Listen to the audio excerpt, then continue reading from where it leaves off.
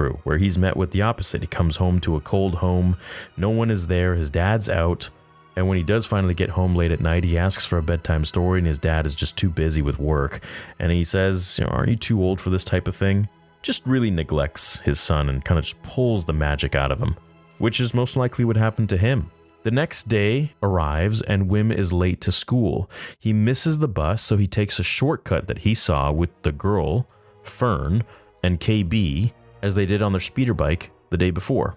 Cutting through the forest, he crashes and finds a hidden door, when he's then spotted by a school droid and taken to the principal's office.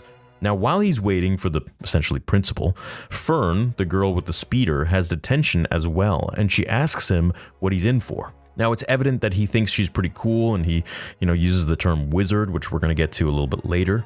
This was a term that Kitster used, and this was Anakin's best friend on Tatooine.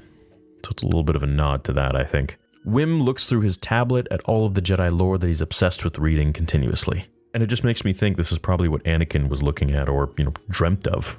Wim's dad ends up walking out of the office, surprisingly, and he tells him that he took work off to come here and speak to the principal.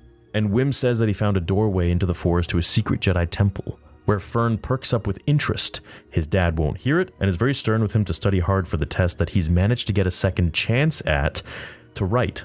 Wim leaves for the day as we enter Neil's house, where baby brother on a hologram of what appears to be the same sort of dancing creature from the Star Wars Holiday Special. As Wim bangs on the glass roof above, asking Neil, who's taken a bath, if his dad still has all of those tools, and he catches him up to speed about the secret door. The two head to the forest with walkie-talkies, calling each other Jedi 1 and Jedi 2, and it's just the start of a great journey. They find the door and are ambushed by Fern and her friend KB when she, of course, overheard him talking to his dad earlier that day. Now, Wim tells them that this is a Jedi temple that's kind of hidden underground, and he's alluding to the one on Lothal. This was one that you guys mentioned during the watch party.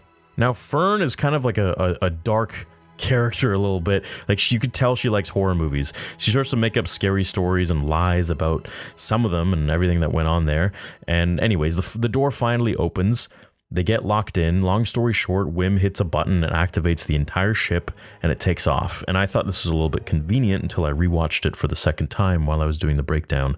And I see it was in hibernation mode, like when you put a device to sleep time or, simply to shut it off. Wim's dad comes home late to find his son is not there, so he goes to the forest, assuming that that's where Wim is, since he was talking about a hidden Jedi temple, looking for him, as he sees the massive ship lifting off the ground. Seeing his son wait